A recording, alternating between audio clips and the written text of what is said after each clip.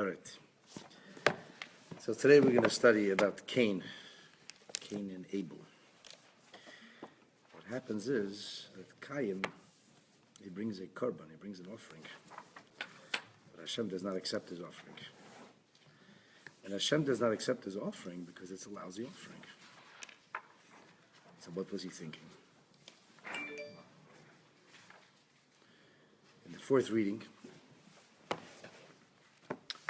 of the first parsha of the Torah, we hear about Adam and Chava's family. They start a family. And Chava gives birth to a baby boy, and actually a twin sister, which for whatever reason the Torah doesn't give us details about. So she has a baby and she calls him Cain.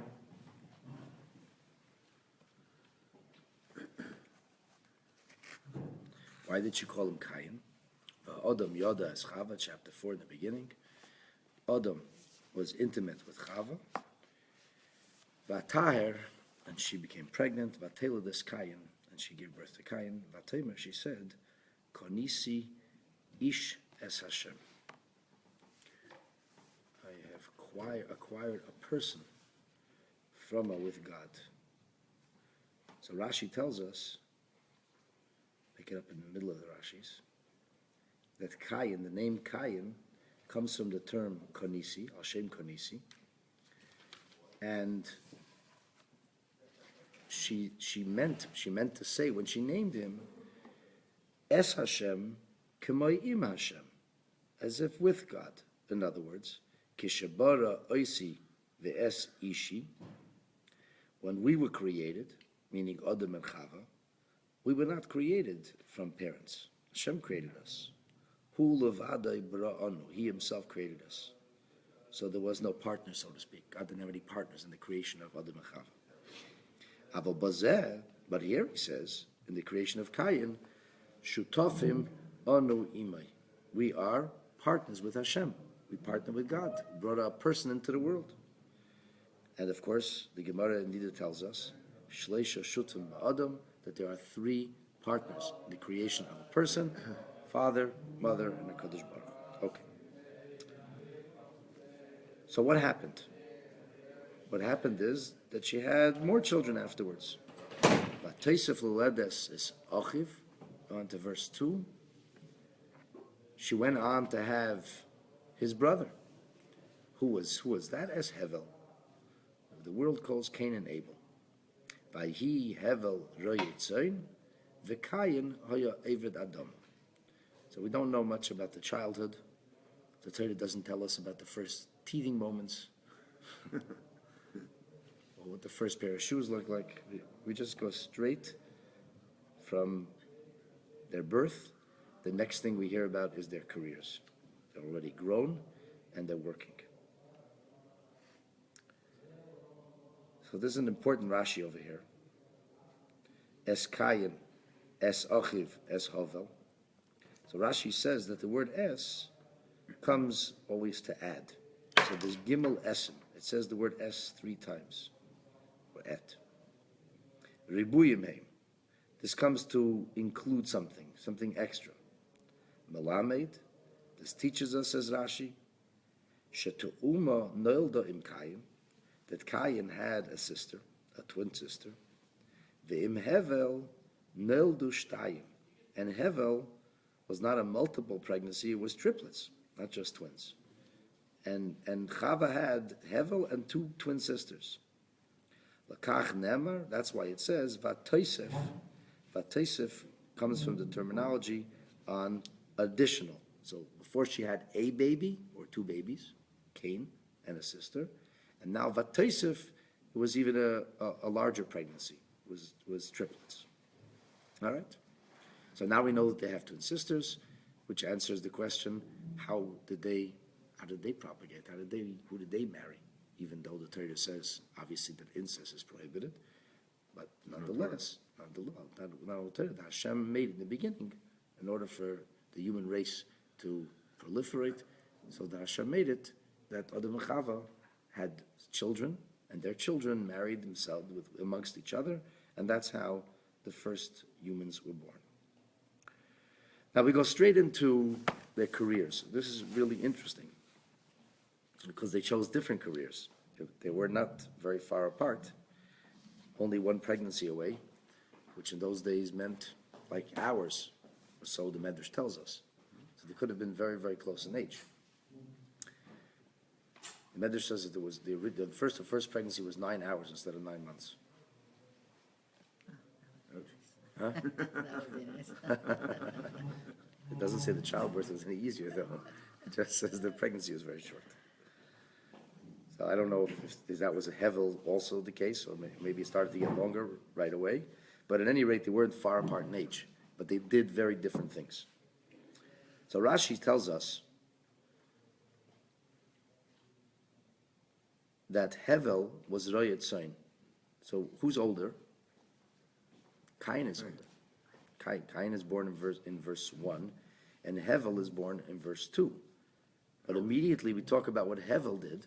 He Hevel Royet Soin, v'Cain hoya Eved Adam.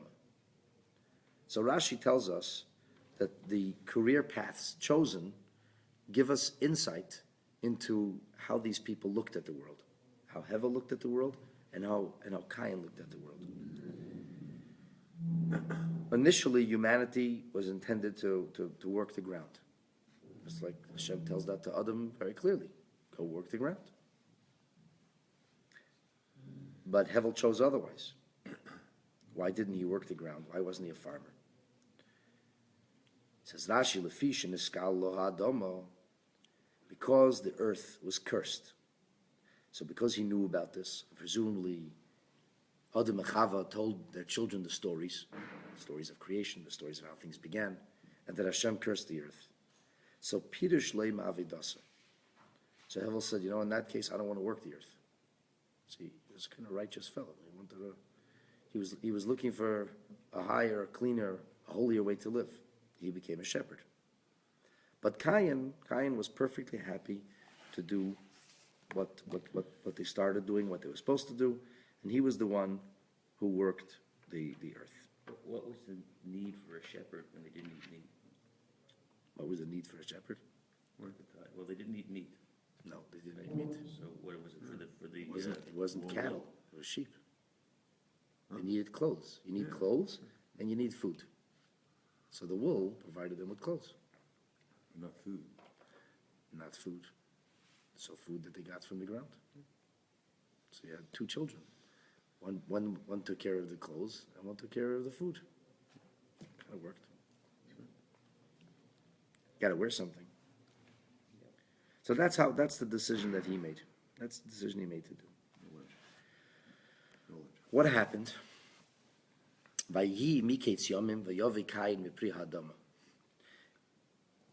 As days went on, at some passage of time, Cain decided to bring from the produce of the ground a mincha LaHashem. He decided to bring an offering.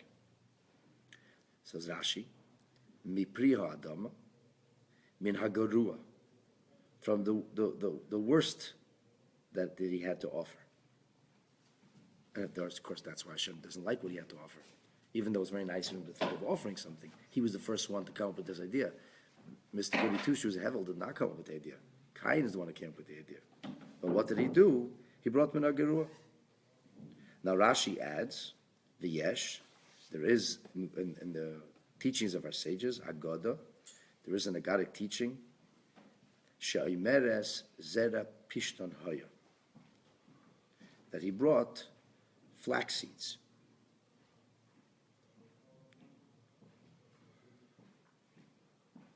And Hashem doesn't take it. The Hevel, go to verse 4, Hevel Hevi Gamhu Mi Bichres Tzeinei. He brings from the choicest, from the finest of his flock, Umichel Behen. The Torah describes twice how it was the cream of the crop and the finest and the best. And the Torah says, Vayisha Hashem el Hevel Vilmin Chosei. Hashem responds, God responds to Hevel.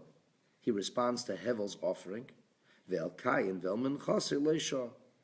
But he didn't turn or respond to Cain or his offering.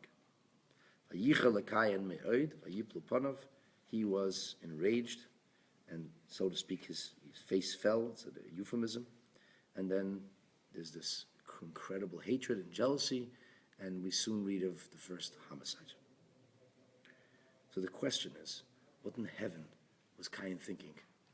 It wasn't in heaven. It's just jealous. Well, what was he thinking when he brought the worst? Why did he bring the worst? You wanted to bring a korban. Bring a present. You bring a present. Why would you do that? A person brings a present because he wants something else to be happy, so you bring the worst. So if you did the best you could do, okay, he did the best he could do. He was a farmer. So he brings him from Zera Pishtam. You can't even eat the stuff. Did he choose being a farmer, or was he obligated because they needed food first? Doesn't say whether he chose it or not. It says that Hevel chose. He followed the path of least resistance. He did the natural thing. That's what they were supposed to do. The sword of what? Huh? The sword of what? He's following what his parents were doing, Cain and Hevel. We learned a moment before you came. We learned that Hevel chose to do something differently because the earth was cursed. But Cain does he does what you're supposed to do. So why did he bring him in Agarua? Doesn't make any sense. Stingy, maybe. So here's a beautiful explanation from the Rebbe, based on a teaching of Alter Rebbe in the Kutatei. Let's go to page Tzadik Ches in the Biyurim book. And on this particular occasion, the Rebbe set out to explain the inner or mystical reason as to what was Cain thinking. Yesh levayer es taime hapnimi.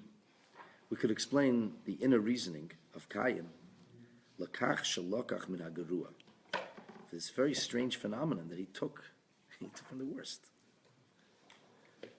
Now there is another opinion in Rashi that he took me'ezeh shebal yodei. He took whatever came to hand. He didn't look for the worst. He just took whatever came to hand. And presumably Rashi says that second interpretation because the first interpretation is, which is literal.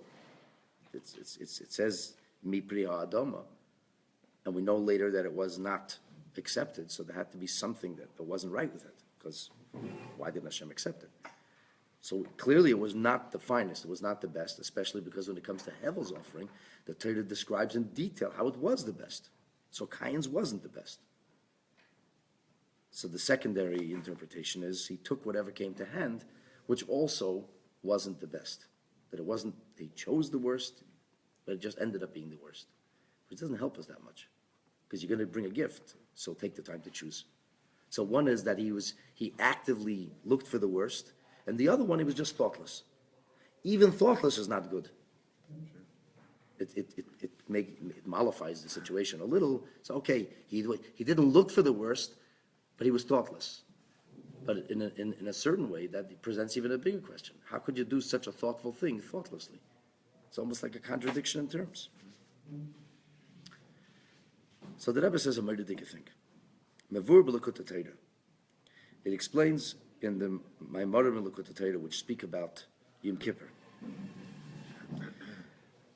Shekarbonei shel Cain, hu bedugmas big day hakohen gadol b'Yom Kippurim.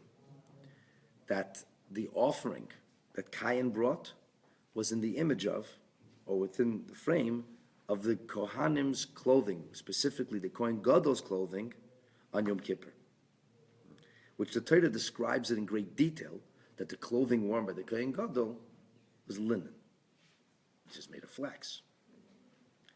Torah says the word bad. Bad is linen, and it says the word bad after each word. Michnase bad yilbesh al b'sarei. Ksein is bad. Avnei bad. Torah repeats bad several times. After each article of clothing, it emphasizes that it was made of bad, that it was made of linen. So the Alter Rebbe explains there, Shemailas hapishtan, that the virtue that is found in flax, which is not found in other materials from which cloth is fabricated, is shemikol garin tzemeach kone yachid. From every seed planted, a single stalk grows. This is not the case with other things. Ve'ein shnei konim oilim migeza echad. You never get two stalks from a single seed. Each seed produces one stalk. Masha'ein kain b'sha'ar kol minit smicha. When it comes to all kinds of things that grow from the ground, everything else is different. So, for example, chitim, v'dagon, you talk about wheat, you talk about the grains. All the grains don't grow that way. The grains grow in multiples. But bad, or a flax, grows one seed, one stalk. So what's up with this? And the Alter Rebbe explains there, Lefisha bechinas bad, hainu shenimshach me'olam ha'achtos. Because bad is a reflection of the oneness of creation. And really, in truth, everything boils down to one essence. All from HaKadosh Baruch Hu, everything. So the fact that there's multiplicity in the world, that's God allows multiplicity and creates multiplicity. But that's only superficial. That's what we see. The intrinsic truth is the oneness that binds everything together. One God, and there's a oneness that's the root source of everything. And that's why the Kohen Gadol's clothing were made of bad, and that's why it emphasizes bad so many times. We emphasize, because the whole idea of Yom Kippur is called Achat Bashana. That's once a year, one day a year, one person, the Kohen Gadol, one place that's never entered otherwise, the Kodesh HaKadoshim. Everything about Yom Kippur is about oneness, about Achdus. And we go into like an angelic state of consciousness, or we're supposed to, which also means we leave behind the multiplicity of the world, we leave behind the things that regular, everyday life is made of, and we become singular. So it's this singular energy that the Torah wants to emphasize, even in the clothing of the Kohen Gadol, that should be made specifically of flax. That's what the Alter Rebbe says in Likutei Torah. So our Rebbe now approaches this story of Cain's bringing a korban. And he says, Lefi zeh muven hatam, this could give us insight. This can help us understand what was Cain thinking. Why would he do something strange like that? Why would he choose to bring the worst? Like, why would he do that? Shekayin leirot tzorich lahavi mehamuvchar davke. Cain did not see any reason to bring of the finest, the choicest, or the best. Why? Because the very fact that there could be worst, average, or best is indicative of the multiplicity that Hashem created in the world. There's many layers. There's all kinds of things. And because there are many different kinds of things, so from Cain's perspective, the whole notion of different kinds was totally irrelevant here. He was trying to connect to the deepest essence of divinity, and the deepest essence of divinity that he wanted to recognize was the oneness of Hashem. So he would bring from whatever. It made no difference, either thoughtlessly or even making a point of showing that he didn't acknowledge or recognize or appreciate the fact that there is a worst, a best. Well, it's irrelevant. It's talking about HaKadosh Baruch Hu over here. Again, God doesn't need anything. God doesn't need gifts. So this is all about a human being coming forward trying to give of themselves. That's what a korban is. A korban is, we seek kiruv. Kiruv is closeness. That's what they had this idea. So what should we give to God? What's meaningful? What's special for us? So everybody gave what he had. And in giving what they had, they wanted to express themselves before Hashem. But Cain said, since it makes no difference to God anyway, when I give this, I should do it in a manner that is reflecting this concept, the oneness of Hashem. He wanted, Hirgish Ha'achtas, Cain was no slouch. He's not a Russia, wicked person. Remember, he's the one who came up with this idea. Hevel never thought of it. He felt the Achtos Kefishi Mitzad HaKadosh Baruch Hu Ba'atzmik Aviyachol. He felt that this oneness, so to speak. Shalagabov, that from God's vantage point, Hakol Shava, it's all equal. As we say in our Rosh Hashanah davening, Yom Kippur davening, we say Hashava Omash V'Kotav V'Gadol. The biggest, the smallest, it's all. It's irrelevant. It's irrelevant. Ein Hevdel ben Muvcha Legarua. The difference in the best or worst. Best or worst is in our world. There's a difference in best and worst. You want finest. You don't want the worst. That's from our perspective. From Hashem's perspective, there's no best. There's no worst. The whole thing doesn't begin. Now, this is such a compelling reason We have to ask ourselves, why did God not accept it? If that's what he was thinking, wow, that's like gewaldic, that's wonderful. So Cain was this deep mystic, a deep mystic who became a depraved murderer, but he was like a mystical guy. He had this very lofty level of God consciousness. He's the one who thought of the idea of bringing a carbon. So what was wrong with that? So the Rebbe says, this attitude doesn't match the will of Hashem. What does Hashem seek? The will of God is not that we should escape reality here and try to, so to speak, move ourselves into a heavenly existence, which works very well on Yom Kippur, by the way. That's good. Bad is good. Flax is good on Yom Kippur. On Yom Kippur. But it's not good all year. The emphasis on the oneness is all about the escapism to some degree. Now, it's true, a Yid escapes the realities of his everyday life, and he becomes cleansed and hallowed and elevated, and then you can go back into the world and do what you have to do. So the Ratzon of Hashem is Achdus Hashem Tachde B'Toicha Elam Ubim Migbuleisav, that the oneness of Hashem, the presence of God, should be felt within the confines, within the framework of reality, not ignoring reality. Because within the frame of existence, as we know it, not as God knows it, as we know it. That's what this is about. It's the frame of reality as we know it, because Hashem put us into that frame. And in that frame, there is a difference, a huge difference, between the best and the worst. Well, in that case, since bringing Achdos Hashem is bringing a sense of God consciousness and an awareness of God into the confines of reality, into the framework of the world as we know it, yesh lahakbid, the one has to be very meticulous. Sha'akorban la'Hashem yeh min hamuvchar davka. It does have to be the finest and best. Why? Because you have a finest and best. If you have a finest and best, that finest and best has to be employed when you're going to bring an offering for Hashem. It's interesting that when we use as an offering, or even for a mitzvah, it has to also be kosher. Why does it have to be kosher? Why do you have to use Shem and Zayas? We light a menorah soon, the next Yom Tov, on Hanukkah. So it has to be Shem and Zayas. It has to be olive oil that has a kosher sign on it. And you really have to be careful, because now it's common knowledge that the 100%, when it says 100%, it's not really 100%. Up to 2%, which is less than Batul B'Shishim, more than they're able to put other substances in. And many of them use animal derivatives. I'm not sure, but they mix a little bit in. So you really have to make sure that your olive oil for Hanukkah is kosher. Why? Your menorah is a Jew. The menorah is eating the olive oil. God is eating olive oil. The answer is, if you wouldn't eat it, how could you give it to God? It says, Min hamuter b'ficha. If it's permissible for you, you can give it as an offering. How could you use something which is not permissible for you? You use that, it doesn't work. In other words, we play a huge role here. This is not about ignoring our reality. This is about embracing and harnessing our reality. This is about transforming and elevating our reality.